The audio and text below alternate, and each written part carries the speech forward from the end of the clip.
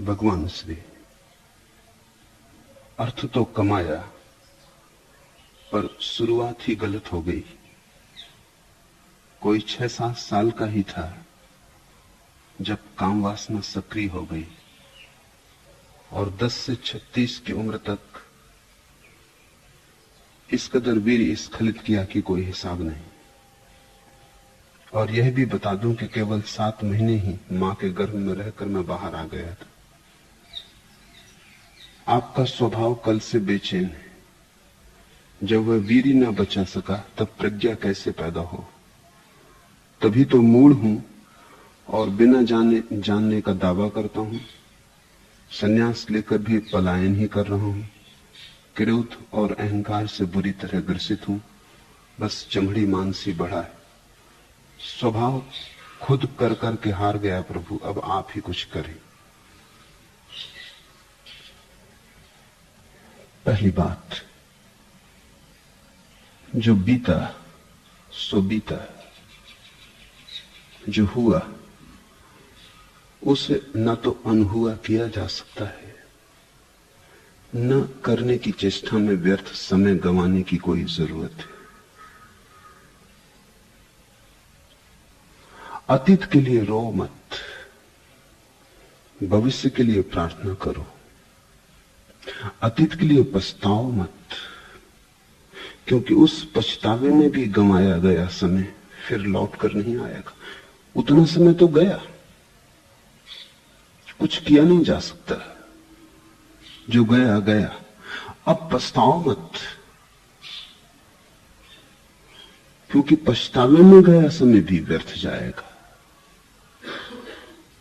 व्यर्थ के कामों में समय जाता है, फिर व्यर्थ के कामों में पछतावे में समय जाता है। मूल तो गया गया, अब तुम व्यर्थ ब्याज भी कमा रहे हो। तो पहली तो बात ख्याल रखो, अतीत के लिए पछतावा ना समझिए।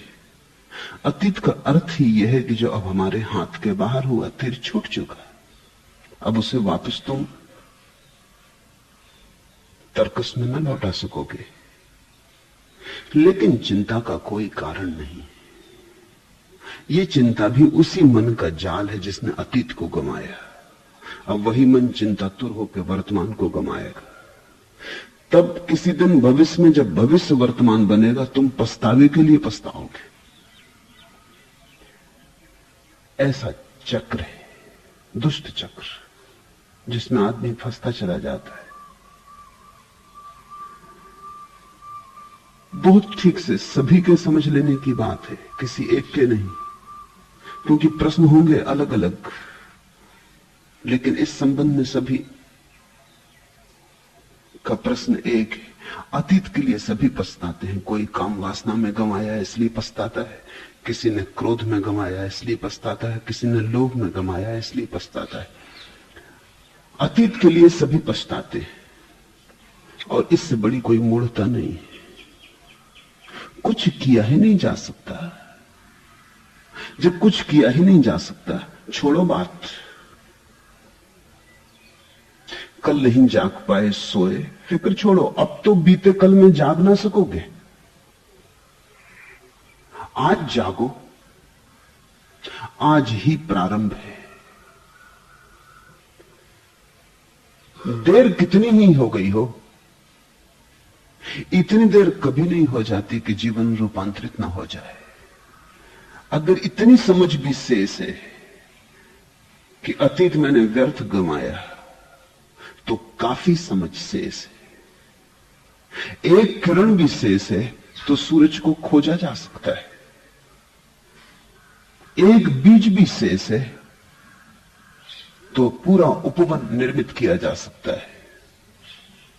और इतना कोई कभी नहीं गंवाता कि सभी कुछ गंवा दे। गंवा ही नहीं सकता, क्योंकि संपदा हमारा अंतर स्वभाव है।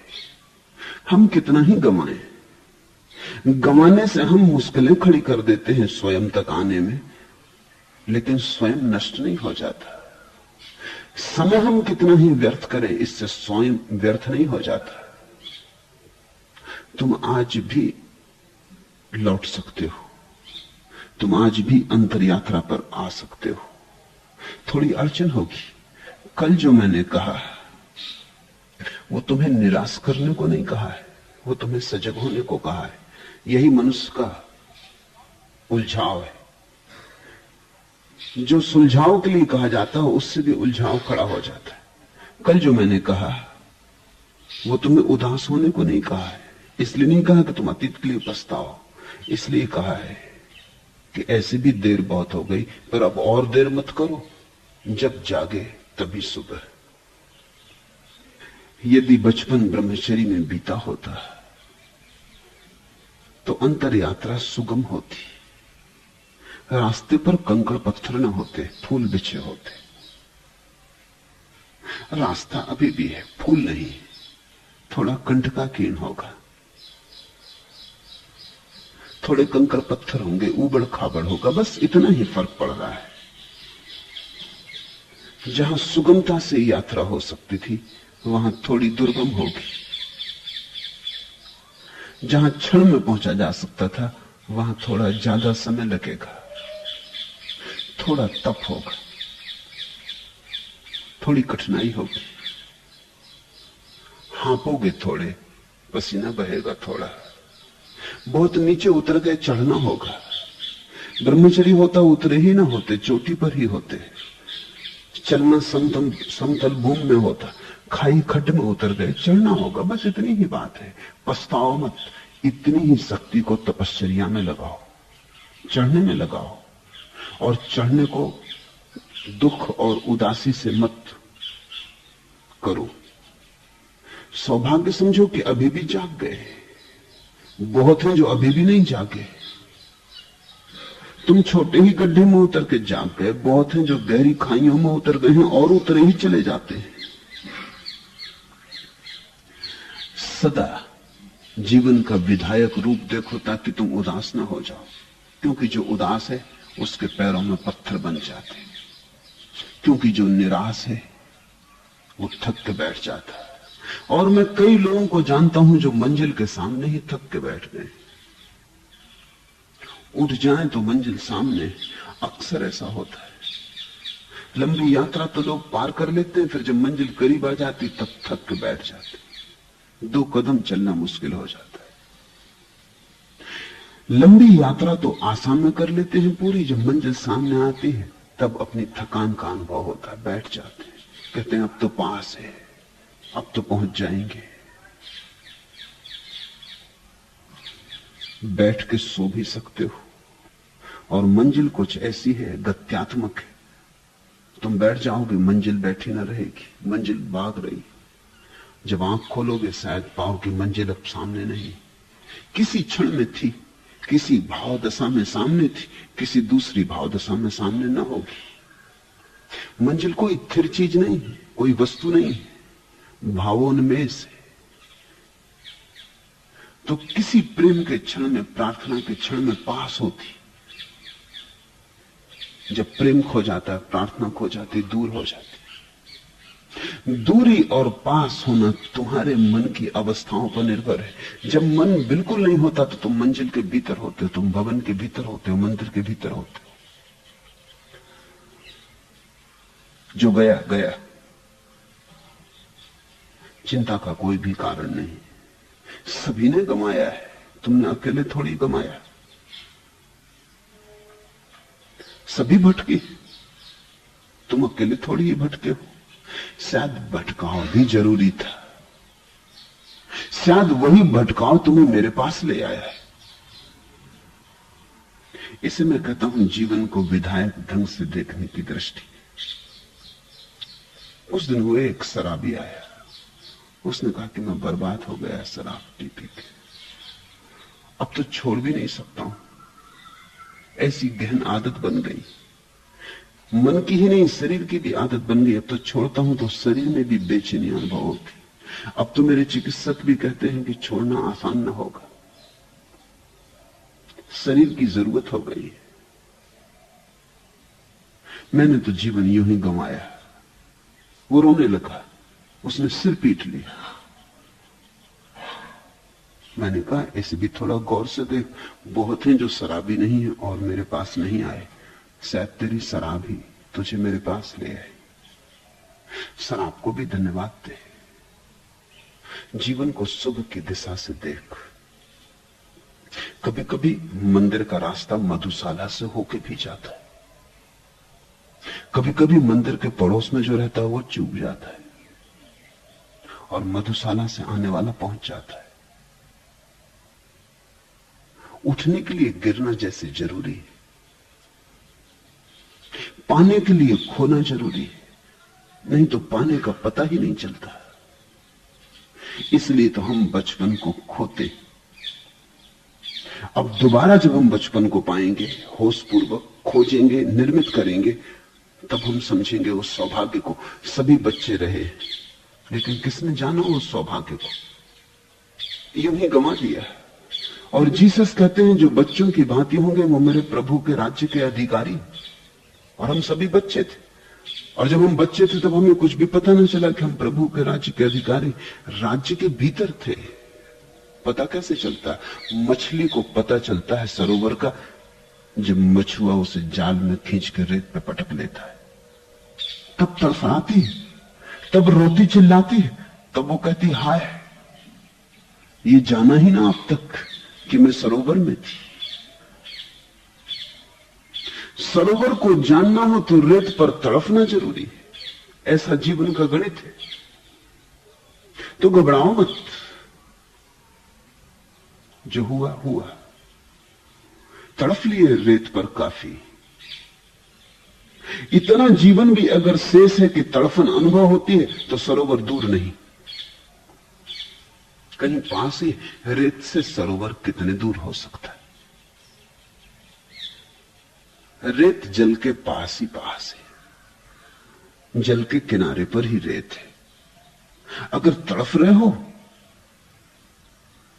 तड़फन को छलांग बनाओ, उछलो।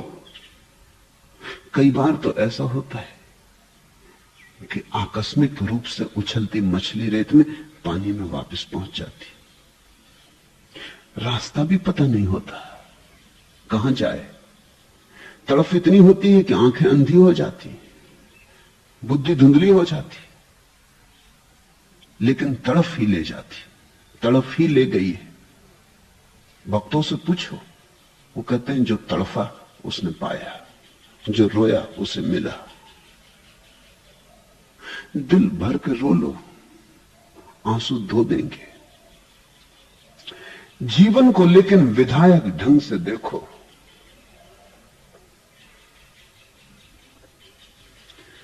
चल रहा है पर पहुंचना लक्ष्य पर इसका अनिश्चित। कर्म कर भी कर्म फल से यदि रहा यह पांथ वंचित।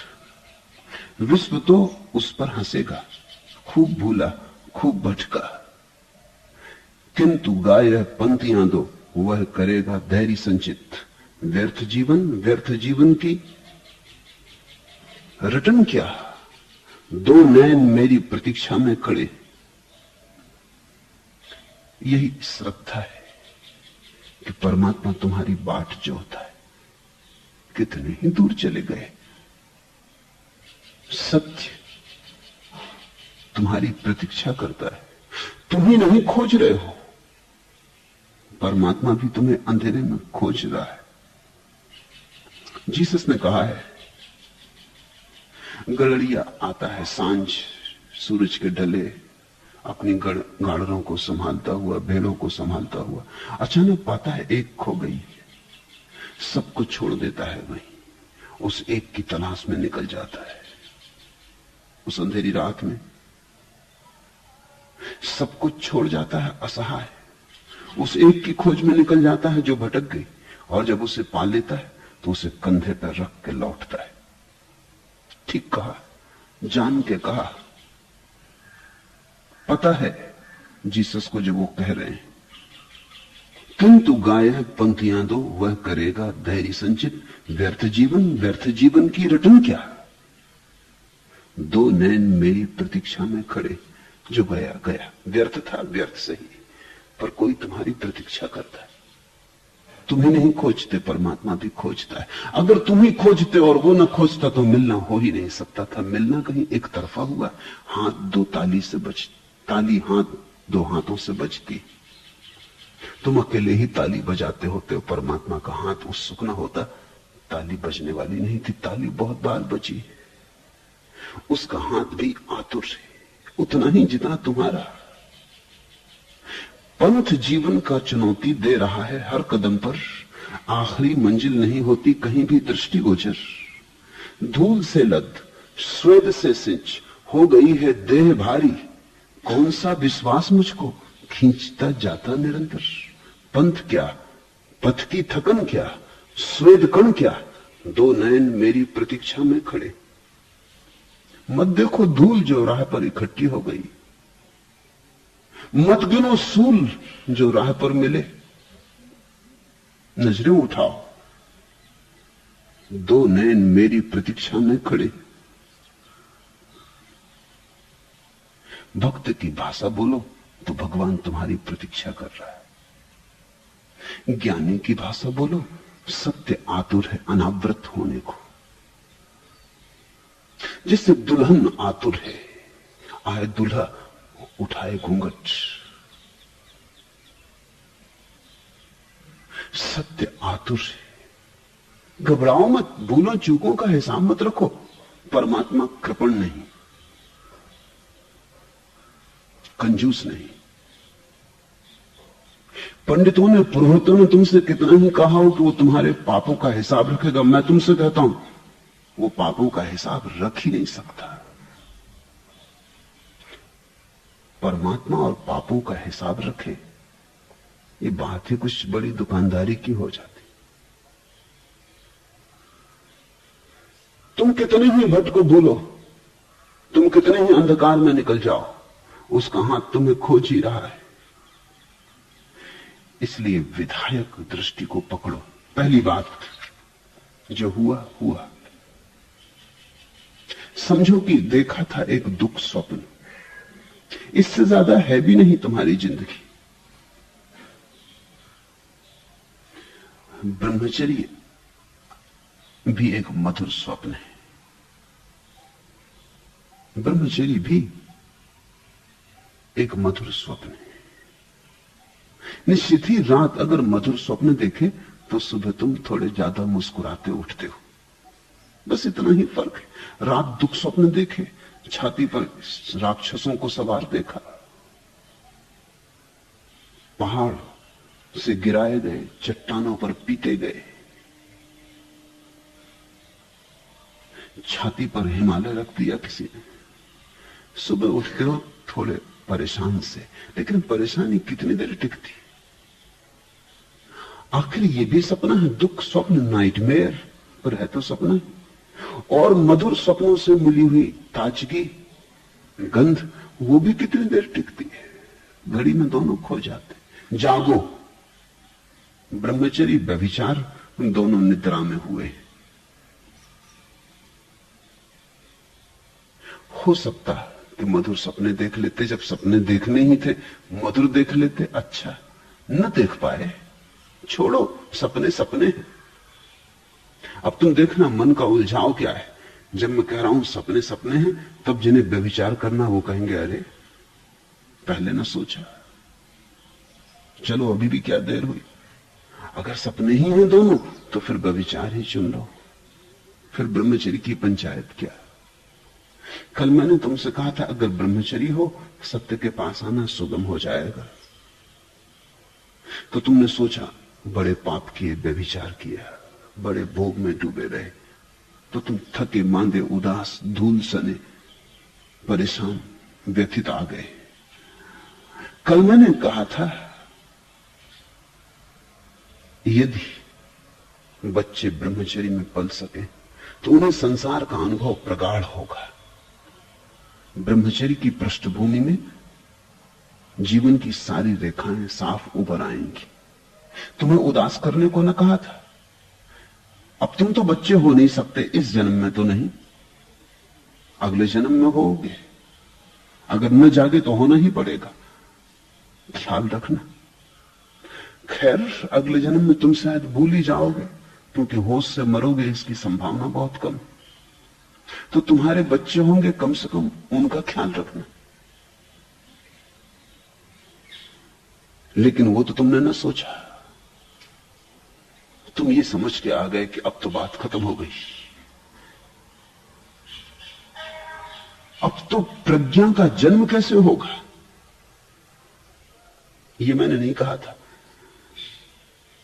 कि प्रज्ञा का जन्म हो ही नहीं सकता, सुगम होता है, अब थोड़ा दुर्गम होगा, पर अंततः फर्क तो दुख स्वप्न और मधुर स्वप्न का है।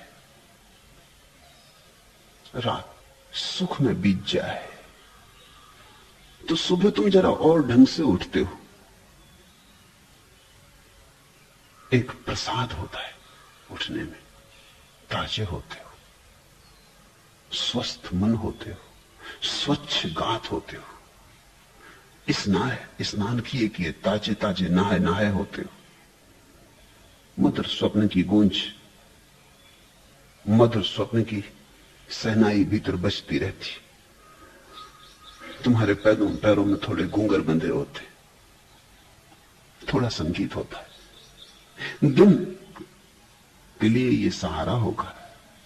फिर तुम दुख स्वप्न से उठते हो, तुम सुबह ही क्रोध में उठे, नाराज उठे, परेशान उठे, किसी तरह उठे, बोझ रूप दिन को तुम ढोओगे। लेकिन ये बातें इसलिए होती हैं कि तुम बेहोश हो। अगर तुम होश में उठो सुबह, तो दुख स्वप्न और स्वप्न दोनों बराबर है। तुम कहोगे अरे सब सपने थे, तुम झिड़का दोगे उन सपनों को अपने से, तुम दोनों से मुक्त हो जाओगे। जो गया गया, अर्थ तो कमाया पर शुरुआत ही गलत हो गई। कोई 6-7 साल का था तब काम वासना सक्रिय हो गई, और यह भी बता दूं कि केवल 7 महीने मां के गर्भ में रहकर बाहर आ गया था। तुम्हें जान के आश्चर्य होगा कि मां के गर्भ से 9 महीने के पहले जो बच्चे आ जाते हैं, वैज्ञानिकों के पास उसका अभी कोई ठीक ठीक उत्तर नहीं है। लेकिन जिन्होंने जन्म मरण की गहराइयों में प्रवेश किया है, उन योगियों के पास उत्तर है। उनका उत्तर तुम ख्याल रखो, शायद आगे काम आ जाए। पीछे तो काम आने का अब कोई उपाय न रहा, अब तो आ ही चुके, 7 महीने में आए कि 9 महीने में आए, लेकिन आगे काम आ जाए। मरते वक्त जो व्यक्ति मरना नहीं चाहता, लड़ता है मौत से, जबरदस्ती करता है बचने की, वो मां के गर्भ से जल्दी बाहर आ जाता। वो जो मरने से बचने की आकांक्षा है, वो जो जीवन की पकड़ है, वही उसे मां के गर्भ से जल्दी बाहर ले आती।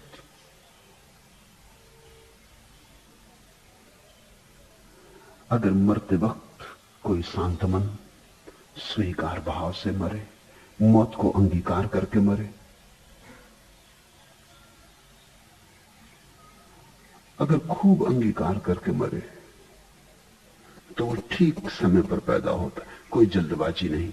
उसकी मृत्यु भी शांत समय पर होती, उसका जन्म भी शांत और समय पर होता है।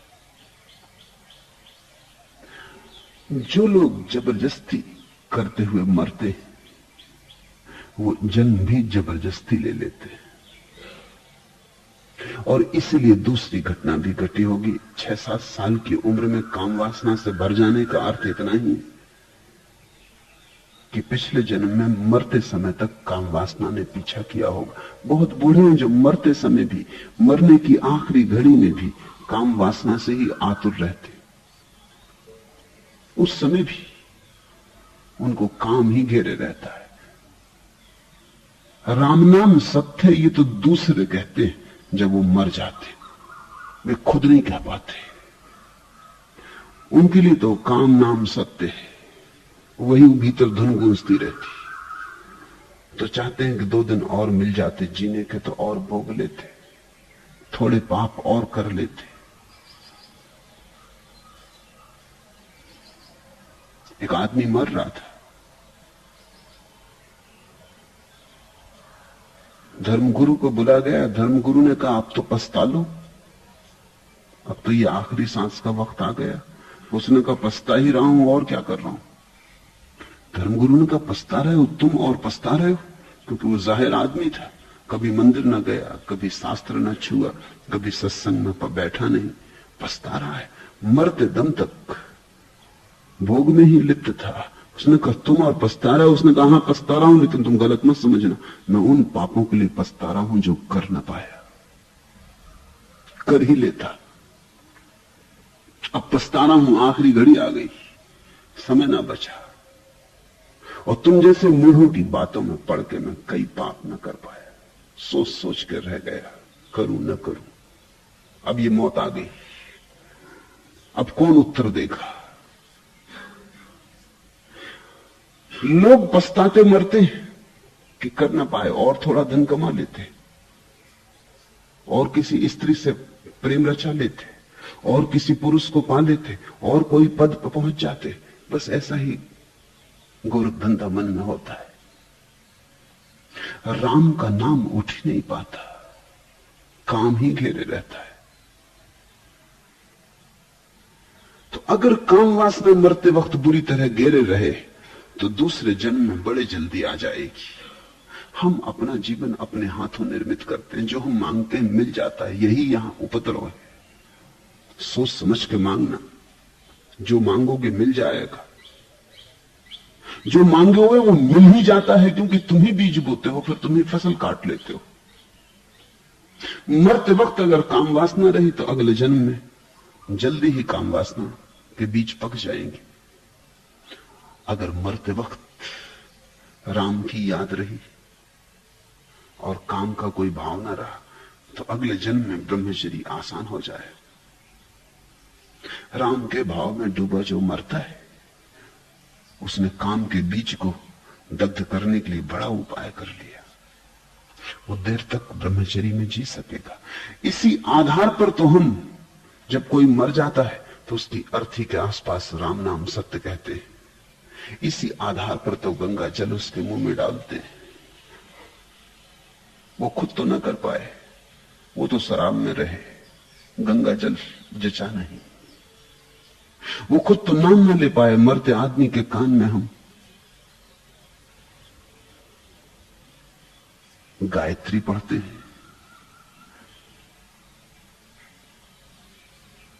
मंत्र जाप करते हैं, नमोकार का उच्चार करते हैं, मरते आदमी के। ये जो जीवन में उन्हें करना था ये दूसरे कर रहे हैं, ये औपचारिक हो गया। लेकिन कभी ऐसा था कि ये औपचारिक नहीं भी था, और किन्हीं के जीवन में अभी भी नहीं। तब इसमें एक संगति है, एक आदमी जो खुद अपने जीवन में मंत्रोच्चारों में डूबा रहा, जिसने मंत्रों का संगीत अनुभव किया, अब मर रहा है। अब खुद की जिह्वा शिथिल हो गई, अब खुद के ओंठ उच्चार नहीं कर पाते। वो किसी और से कहता है तुम उच्चार करो, मैं तो अपने ही मौसम में मरना चाहता हूं। अब वो किसी और से कहता है कि तुम गाओ गुनगुनाओ, अब मेरी तो सामर्थ्य गुनगुनाने की ना रही, अब मैं तो डूबा जाता हूं। लेकिन डूबते क्षण आखिरी बात जो मेरे कान में पड़े वो मेरा ही संगीत हो, वो मेरा ही प्रभु स्मरण हो। जीवन भर गंगा से नाता जोड़े रहा। गंगा यानी पवित्रता, गंगा यानी सुचिता, गंगा यानी जीवन का कुंवारापन। जीवन भर गंगा से साथ जोड़े रहा। मरते वक्त कहता अब मैं तो जाता हूं, अब मेरे हाथ तो शिथिल हुए जाते, लेकिन जाते जाते आखिरी स्वाद मेरे मुंह में, मेरे ओंठों पर गंगा का हो, क्योंकि जो आखिरी स्वाद है वही पहला स्वाद बन जाएगा। ये गंगा की याददाश्त में ही डूबूं, ताकि जब फिर आंख खुले, फिर नया जन्म हो, फिर जीवन की कली खिले और फूल बने, तो मैं गंगा से भरा ही बाहर आऊं। तुम इससे छोटा सा प्रयोग करके देखो। रात सोते समय जो तुम्हारा आखिरी विचार हो उसका ख्याल कर लो, तुम पाओगे सुबह जागते वक्त वही तुम्हारा पहला विचार होगा। ठीक वही होगा। अगर तुम रात धन की सोचते सोचते सो गए हो तो तुम सुबह धन की सोचते सोचते उठोगे। अगर रात तुम किसी चिंता में दबे दबे सो गए हो तो उसी चिंता में सुबह तुम उठोगे। रात भर भी वो चिंता तुम्हारे आसपास सरकती रहेगी, उसकी हवा बहती रहेगी, उसका वातावरण बना रहेगा, तुम्हारे कमरे में चिंता का आवास रहेगा। तुम सोए रहोगे, चिंता तुम्हारे चारों तरफ गिलाफ की तरह लिपटी रहेगी। वो प्रतीक्षा करेगी कि जागो, तो मैं हाजिर हूं सेवा के लिए। अभी तुम बेहोश हो गए हो, ठीक है, मैं राह देखूंगी। लगाव है तुम्हारा इतना, जाए भी कैसे? सुबह उठते ही तुम उसे द्वार पर खड़ा पाओगे। इसे थोड़ा विचार करना, खोजना, प्रयोग करना। ठीक यही जीवन के विराट पर भी लागू है। मरते वक्त जो आखिरी विचार होगा वो जन्मते वक्त पहला विचार होगा। इसलिए हर बच्चा एक जैसा पैदा नहीं होता, क्योंकि हर आदमी एक जैसा मरता नहीं। यहां जिंदगी ही अलग अलग नहीं, मौत भी अलग अलग है। यहां व्यक्तित्व इतना महत्वपूर्ण है। यहां तुम अपनी छाप मौत पर भी छोड़ जाते हो। जिंदगी पर तो छोड़ते ही हो, तुम्हारे हस्ताक्षर होते हैं जिंदगी पर मौत पर भी छोड़ते हो। मौत जैसी सूक्ष्म चीज भी तुम्हारे हस्ताक्षरों को ले लेती है। हर आदमी अलग ढंग से मरता है। एक ज़ेन फकीर मर रहा था। उसने अपने शिष्यों से पूछा, सुनो जी, तुमने कभी किसी आदमी को खड़े खड़े मरते देखा? उनमें से एक ने कहा, देखा तो नहीं, लेकिन सुना है कि कभी एक फकीर खड़े खड़े मर गया। क्यों, क्या बात है? उसने कहा कि अब मैं सोच रहा था किस ढंग से मरने का वक्त आ गया। अपने ही ढंग से मरना चाहिए, दूसरे के ढंग से क्या मरना? खाट पे लेटे लेटे सभी मरते, ये भी कोई बात हुई? कुछ अपना हस्ताक्षर हो। उसने कहा, तुमने फिर कभी किसी को शीर्षासन करते हुए मरते सुना? ये तो सुना भी नहीं, सोचा भी नहीं। शीर्षासन करते हुए मरना? शीर्षासन करते हुए तो आदमी सो भी नहीं सकता, मरना तो बहुत दूर की बात है। शीर्षासन करते हुए तुम सो नहीं सकते, झपकी नहीं खा सकते, क्योंकि खून इतनी तेजी से दौड़ता है, मस्तिष्क में सोओगे कैसे? इसलिए तो हम तकिया रखते हैं रात में, ताकि खून जरा कम चढ़े सिर में, नींद ठीक से आए। बिना तकिए की नींद नहीं आएगी, क्योंकि सिर थोड़ा नीचे पड़ जाएगा शरीर से, खून ज्यादा दौड़ेगा। तो जब तकिए की जरूरत है तो शीर्षासन में तो नींद भी नहीं लग सकती। पर उसने कहा कि छोड़ो भी, जब मौत आएगी तो वो ये थोड़ी देखेगी कि हम शीर्षासन कर रहे हैं, नींद भला ना लगे। मगर मौत किसी की प्रतीक्षा नहीं करती, चाहे खड़े चाहे बैठे, वो तो ले जाएगी। चलो हम भी एक मौका देख के देख लें। अगर मौत इस तरह ना आती हो तो एक तरकीब मिल गई आदमी को बचने की। जब आया मौत, खड़े हो गए शीर्षासन लगा के। उसने शीर्षासन लगा के खड़ा हो गया। शिष्य भी घबरा गए और कहते हैं वो खड़ा हो गया और उनको लगा कि मर भी गया, लेकिन अब उसको शीर्षासन से उतारें कैसे? बड़ा भय लगने लगा। कोई आदमी खाट में मर जाए, अर्थी पे बांध लो। अब ये शीर्षासन में खड़े हैं, अब इनको अर्थी पे कैसे बांधो? तो उन्होंने कहा, ठहरो, कुछ भी करना उचित नहीं, पता नहीं इस ढंग से न कभी कोई आदमी मरा, न कोई रीत रिवाज है। इसकी बहन पास में ही एक दूसरे आश्रम में, उसको बुला लाओ, वो इसको जानती। वो भी 60 साल उसकी उम्र थी। वो आई और उसने कहा कि सुनो, जिंदगी भर भी तुम उपद्रव करते रहे, अब मर के तो बाज आओ। जैसे आदमी मरते ऐसे मरो। उसने एक धक्का दिया। कहते हैं वो फकीर मुस्कुराया, गिर के मर गया।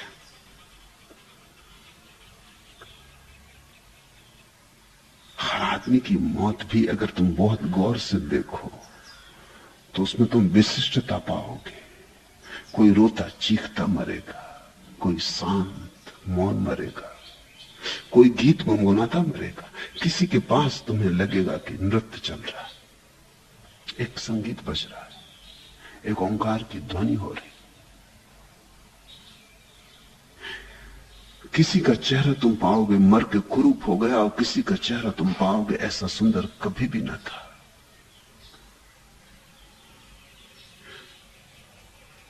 हम जो भी करते हैं वो वैसा ही पृथक पृथक होता है, जैसे हमारे अंगूठों के चिन्ह पृथक पृथक होते हैं।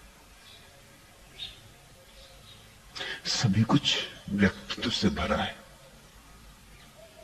तो मरते वक्त अगर मरने की बिल्कुल आकांक्षा न थी और जीवन तुमसे जबरदस्ती छीना गया और तुम जीवन को पकड़ना चाहते थे, तो मां के पेट से जल्दी पैदा हो जाओगे। अगर मरते वक्त काम वासना ने मन को पकड़े ही रखा, राम का उच्चार चाहा भी तो भी न हो सका। और ध्यान रखना, काम वासना का उच्चार मृत्यु के क्षण में 100 में से 99 लोगों को पकड़ लेता है। उसका कारण भी है, वो कारण भी तुम ख्याल में ले लो। मृत्यु और काम एक दूसरे के विपरीत है। जन्म होता है काम से और मृत्यु से अंत होता है जन्म का। तो जन्म है यानी काम। जिस ऊर्जा को जन्म में काम वासना मुक्त करती है, मृत्यु में वही ऊर्जा सिकुड़ती है और नष्ट होती है। स्वभावतः काम वासना मृत्यु को अपना दुश्मन मानती है। इसलिए तो कामी पुरुष बूढ़ा नहीं होना चाहता, सदा जवान रहना चाहता। कामी स्त्री अपनी उम्र झूठी बताने लगती।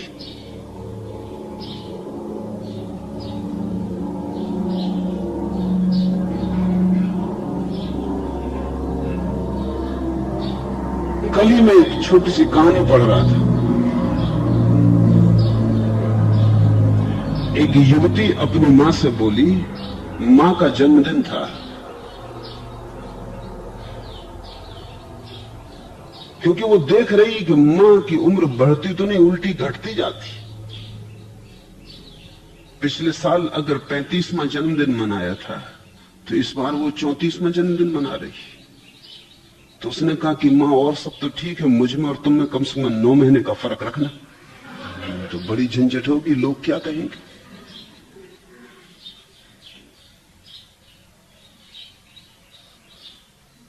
स्त्रियों की उम्र ठहर जाती है कहीं ना कहीं, फिर वो 2-2 साल 3-3 साल में 1-1 साल बढ़ती, बड़ी झिझक के बढ़ती, बड़ी मुश्किल से बढ़ती। बुढ़ापे कब है। पश्चिम में स्त्रियां बच्चों को दूध नहीं पिला रही, क्योंकि दूध पिलाने से स्तन बूढ़े हो जाते।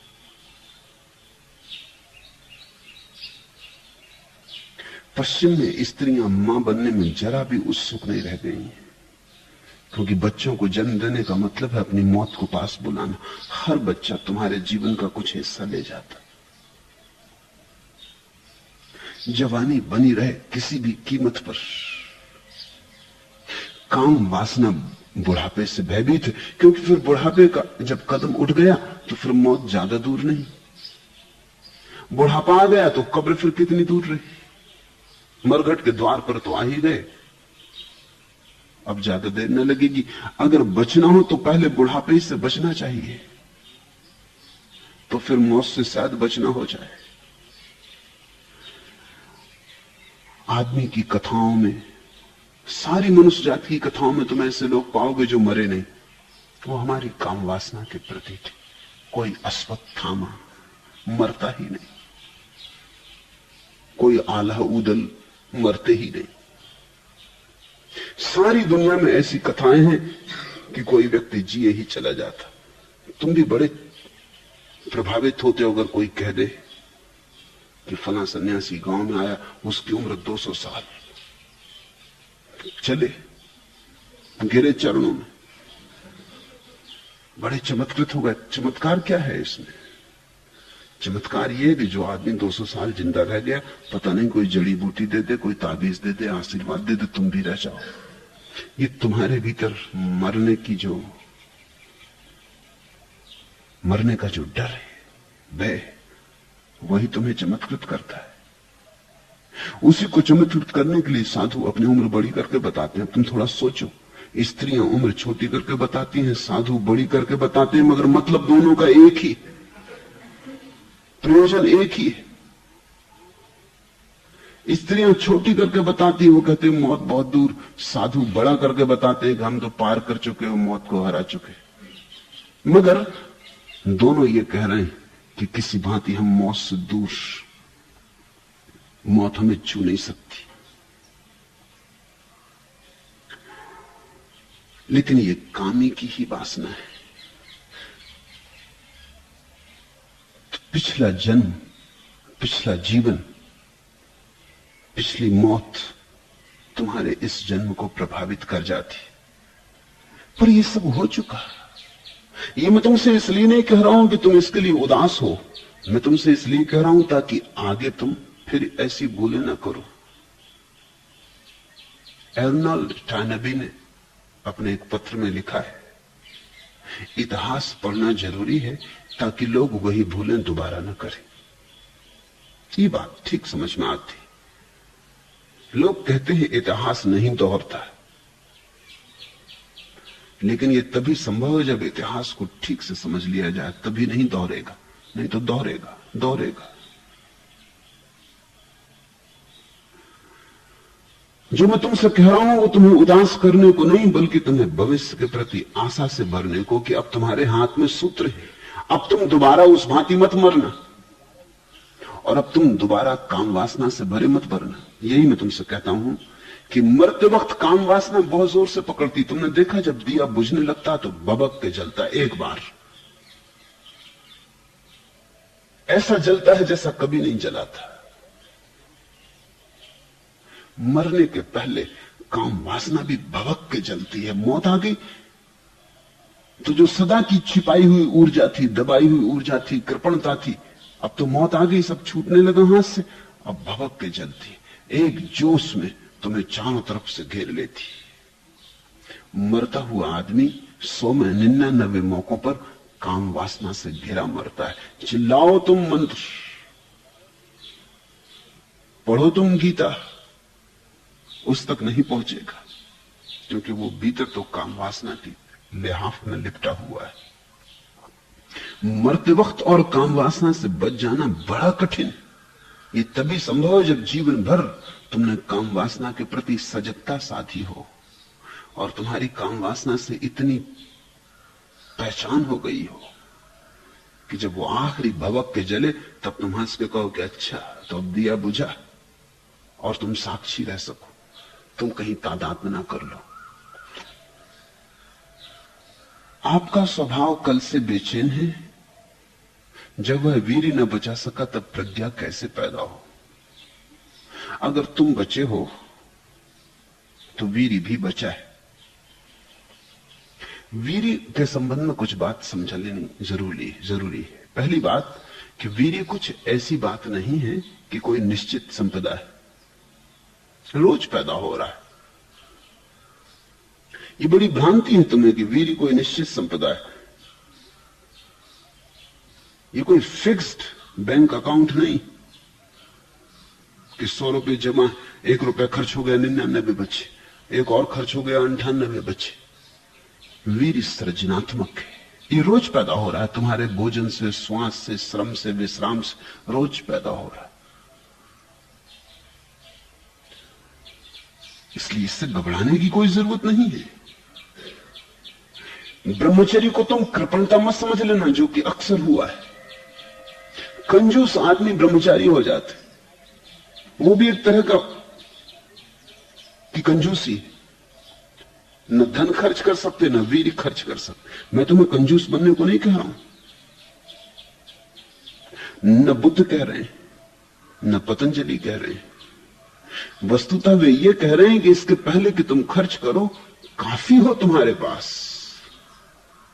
ताकि खर्च करने की गहराई आ सके। इकट्ठा करो, पहले ऊर्जा को गहन होने दो, सघन होने दो, क्योंकि जितनी ऊर्जा सघन और गहन होगी उतना ही संभोग गहरा हो पाएगा। और कभी कभी एक संभोग में भी मुक्ति हो सकती। एक संभोग भी ठीक से देख लिया, बात खत्म हो गई, फिर तो पुनरुक्ति है। और ध्यान रखना, अगर वीर पास हो तो एक संभोग, पहला संभोग जितना गहरा होगा, दूसरा उससे कम होगा गहरा, तीसरा और कम गहरा होगा, क्योंकि पहला 25 वर्ष या 20 वर्ष या 28 वर्ष की संपत्ति, इकट्ठी संपत्ति का परिणाम था। फिर दूसरा तो रोज रोज जो संपत्ति इकट्ठी होगी उसका परिणाम होगा। आज तुमने वीर खर्च किया, फिर 24 घंटे बर्बाद पैदा हो जाएगा।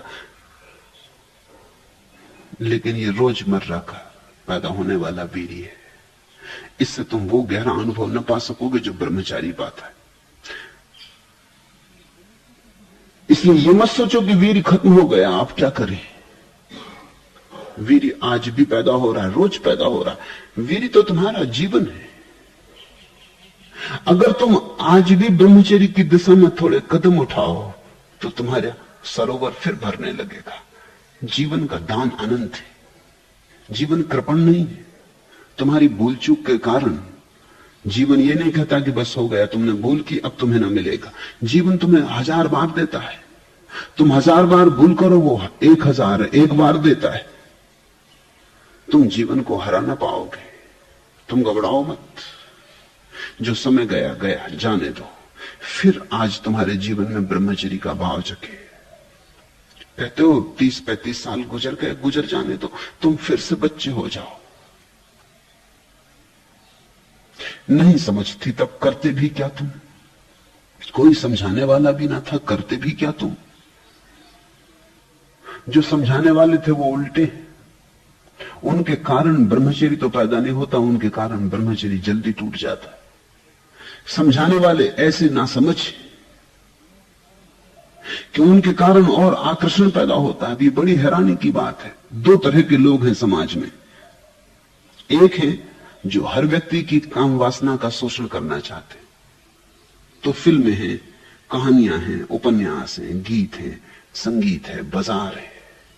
वो तुम्हारी काम वासना का शोषण कर रहा है। वो छोटे से छोटे बच्चे में काम वासना पैदा कर रहा है। ये चारों तरफ फैला बाजार है। ये तुम्हारी गर्दन पे तलवार रखे। ये जानता है कि काम वासना बड़ी गहरी है, इसलिए हर चीज को काम वासना से बेचो। कार बेचनी है, कार अकेली नहीं बिकती, नग्न स्त्री उस पर उसके साथ होनी चाहिए खड़ी। मैंने सुना है कि दूर अमेरिका में पहाड़ों में रहने वाले एक आदमी को एक कैटलॉग मिल गया। अमेरिका में कैटलॉग यानी गीता। लोग कैटलॉग ही पढ़ते, वही खास अध्ययन का विषय। कौन कौन सी चीजें बाजार में बिक रही हैं, विज्ञापन, इस सब का। वो गरीब आदमी ने कभी कैटलॉग देखा नहीं था। उसने देखा तो बड़ा चकित हुआ। उसने एक स्त्री को देखा कैटलॉग में, बड़ी सुंदर और दाम बहुत कम। वो बड़ा हैरान हुआ। कुल $3, ये कोई 25-30 रुपए। उसने कहा इतनी सस्ती मिल रही। उसने फौरन ऑर्डर किया। फिर उसने बड़ी प्रतीक्षा की, क्योंकि लिखा था कि 3 सप्ताह के भीतर पोस्ट ऑफिस में पूछ लेना। वो फिर पोस्ट ऑफिस गया, दूर था गांव से, पास के नगर में था। वहां गया, उसकी पार्सल मौजूद थी। वो पार्सल देख कर और चौंका। पार्सल बड़ी छोटी थी। इतनी बड़ी औरत इतनी सी पार्सल में समा गई। चमत्कार पे चमत्कार हो रहा है। तो 25 रुपए में। उसने पूछा पोस्ट मास्टर को कि मुझे शक है, जो चीज मैंने बुलाई है नहीं इसमें, ये धोखाधड़ी, मेरे 25 रुपए मुफ्त जाएंगे। मैं जान लेना चाहता हूं। उसने तूने बुलाया क्या? तो वो जरा शर्माया। अब उसने कहा अब आपसे क्या छिपाना। नहीं कि स्त्री बुलाई। उसने स्त्री? कहां तुमने पढ़ा कि 25 रुपए में स्त्री मिलती? और अभी तक तो इंतजाम नहीं हुआ वीपीपी से भेजने का। और तरह से मिलती, 25 में भी मिलती, मगर वीपीपी से तुम भी बड़े खोजी हो। उसने कैटलॉग निकाला अपने बैग में से, कही देख लो। वो एक हैंडबैग का विज्ञापन था। हैंडबैग लिए स्त्री खड़ी थी। उस गरीब ने ठीक ही समझा कि स्त्री बिकती होगी हैंडबैग के लिए। स्त्री काहे के लिए खड़ी? स्त्री के साथ हैंडबैग आता होगा, ये समझ में आता है। हैंडबैग के साथ स्त्री किस लिए आएगी? हैंडबैग आया हुआ था।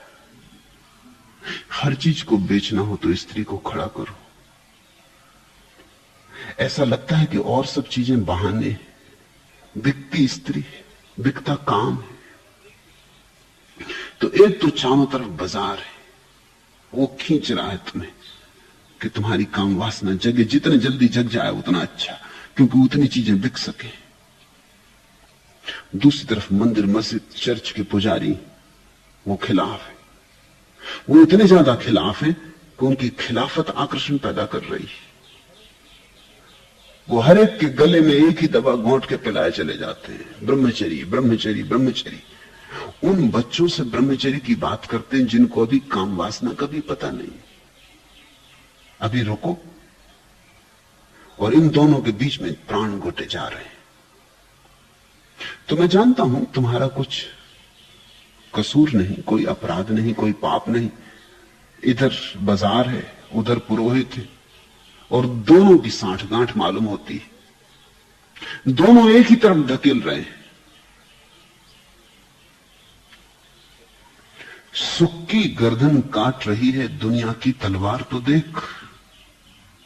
जिस तलवार को चूम रहा है उस तलवार की धार तो देख। जान यहां हर चीज की कीमत, यान यहां हर चीज का मोल, आन यहां हर चीज का मोल। सौदा करने वाले गाफिल, पहले ये बाजार तो देख। पर बच्चों को कहो भी क्या, उनका कसूर भी क्या। बच्चे तो ना समझ बोले वाले, उनकी स्लेट तो कोरी है, जो तुम लिख देते हो लिख जाता है। जब लुट जाते हैं तब पता चलता है कि जिस तलवार को चूमा उसने काटा। जब लुट जाते हैं तब पता चलता है कि ये बाजार तो लुटेरों का है, दुकानदारों का नहीं। लेकिन तब ऐसा लगता है देर हो गई। मैं तुमसे कहता हूं देर नहीं हुई, जब जागे तब सुबह। छोड़ो चिंता, बेचैन मत हो। वीर्य कोई ऐसी बात नहीं हुई कि बंधी हुई है, रोज पैदा होती, फिर संग्रहित कर सकते हो। अच्छा होता कि पहले न गुमाया होता, पर अभी भी कुछ बिगड़ नहीं गया है। घबराओ मत। अगर इतना बोध तुम्हारे भीतर है कि अब प्रज्ञा कैसे पैदा हो, तो प्रज्ञा पैदा होनी शुरू हो गई। यही तो प्रज्ञा का पहला कदम है। क्या है पहला कदम? कहा है तभी तो मूढ़ हूं और बिना जाने जानने का दावा करता हूं। अगर ये समझ में आ गया तो प्रज्ञा ने पहला कदम लिया। संन्यास लेकर भी पलायन ही कर रहा हूं। अगर समझ में आ गया तो पैर कब तक भगाए रखेंगे। क्रोध और अहंकार से बुरी तरह ग्रसित हूं। अगर ये दिखने लगा तो बीमारियों से फासला होने लगा। बस चमड़ी मानसी बढ़ा है। जिसे ये समझ में आ गया उसकी प्रज्ञा के बढ़ने का क्षण आ गया।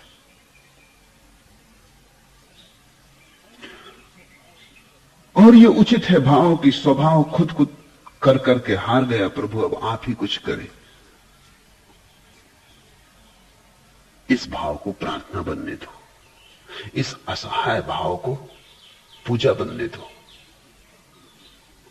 इसमें फर्क समझ लेना, इसमें भी भ्रांति हो सकती है।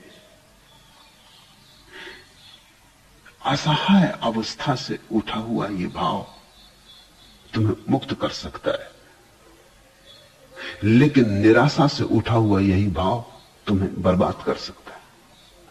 तुम निराशा से यह मत कहो कि अब आप ही करें। तुम असहाय अवस्था से कहो। क्या फर्क है दोनों में? जब तुम निराशा से कहते हो तब तुम ये जानते हो तो सकता नहीं। चलो ये भी करके देख लें कि शायद गुरु पर छोड़ने से कुछ हो जाए, शायद प्रभु पर छोड़ने से कुछ हो जाए।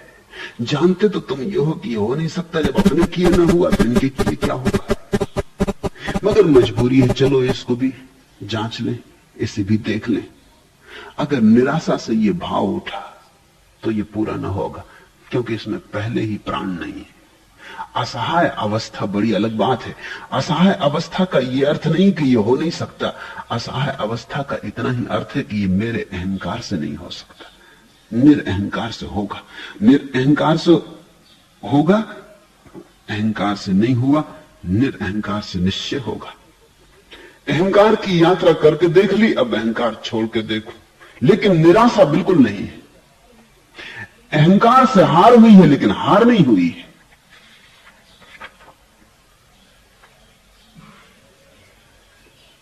लुट गए तन के रतन सब, लुट गए मन के सपन सब। तुम मिलो तो जिंदगी फिर आंख में काजल लगाए। निराशा नहीं है, आंखें तैयार हैं, काजल लगाने का मन तैयार है, पर अब तक जिस ढंग से काजल लगाया ना लगाएंगे, उससे तो आंखें अंधी ही हुई, सुंदर न हुई। लुट गए तन के रतन सब, लुट गए मन के सपन सब। समझ लेना, सब लुट गया, लेकिन आशा नहीं लुटी है। लुट गए तन के रतन सब, लुट गए मन के सपन सब। तुम मिलो तो जिंदगी फिर आंख में काजल लगाए, तुम नहीं तो स्वर्ग की सारी जमींदारी करूं क्या। और अब अगर तुम्हारे बिना स्वर्ग की पूरी जमींदारी भी मिलती हो तो मैं लेने को राजी नहीं। वही तो हम कोशिश करते रहे अब तक। तुम नहीं तो स्वर्ग की सारी जमींदारी करूं क्या, तुम नहीं तो मांस तो सांस की दिन रात रखवाली करूं क्या। तार हूं मैं सिर्फ, है झंकार तो इसमें तुम्हारी, तुम नहीं तो एक मुट्ठी धूल यह कुंवारी करूं क्या। अब न दरवाजा लगाओ, खोल सांकल पास आओ, यह न इस जन्म भी डोली अकेली लौट जाए। तुम मिलो तो जिंदगी फिर आंख में काजल लगाए। असहाय अवस्था में उठी प्रार्थना में निराशा नहीं, निराशा में पकड़ी गई असहाय अवस्था में प्राण नहीं। तो बहुत बार ऐसा हो जाता है कि तुम निराशा से आके मेरे पास कहते हो कि अब आप ही संभालो। मतलब ये कि हम तो करके देख लिए, जानते हैं आपसे भी क्या होगा, किसी से कुछ होने वाला नहीं, मगर चलो इसको भी करके देख ले, मरता क्या न करता। तो ये भी सही, मगर इस भांति कुछ भी ना हो सकेगा, क्योंकि होना तो तुम्हारे भीतर है। तुमने तो द्वार बंद कर लिए। तुम्हारी निराशा ने तो तुम्हारे भीतर की संभावनाओं पर वज्रपात कर दिया, कुठाराघात कर दिया। हारे हो संभावनाओं से नहीं, सिर्फ अहंकार से। हार हुई है क्योंकि मैं को जिताना चाहा था। अभी जीत समाप्त नहीं हो गई, अभी तुम गलत ढंग से चल रहे थे इसलिए हारे हो। हार आत्यंतिक नहीं है, लौटो। अभी तुम नदी से लड़ रहे थे इसलिए थक गए हो, अब नदी के साथ बहो। थकान जो नदी के साथ बहता उसने जानी नहीं, थकान उसने पहचानी नहीं, थकान का उसे परिचय नहीं है। जो नदी के साथ बहता है वो ताजा होता है, नदी अपनी ऊर्जा भी उसे देती, वो नदी का माध्यम बन जाता है। अगर सच में तुम हार गए हो, अहंकार सब तरह से पराजित हो गया है, तो मैं तैयार हूं, लेकिन निराशा से न उठे ये स्वर, गहन आशा से उठे।